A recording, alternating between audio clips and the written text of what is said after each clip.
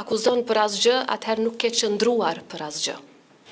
Më lejoni t'ju kthej pak në perspektivë. Në vitin 2021, kur partia në pushtet që kishte më shumë se 50% të votave, dhe disa të tjera të vogla që ishin në koalicion me të, kërkonin që unë ta shtyja datën e zgjedhjeve lokale, dhe kishim një opozit shumë më të vogël se sa kjo që është sot, unë vendosa në favor të kërkesës së opozitës që mos të shtyhej data e zgjedhjeve lokale.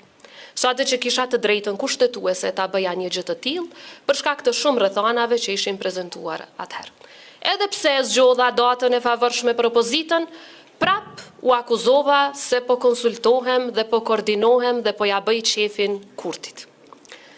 Ka 10 raste për gjatë këtyre 5 viteve që jam presidente, kur për kundër faktit që kam dalur me qëndrime krejtësisht të kundërta me ato të qeverisë së Republikës së Kosovës, përsëri nuk i ka rënë tamën, përsëri janë ankuar, përsëri kanë akuzuar.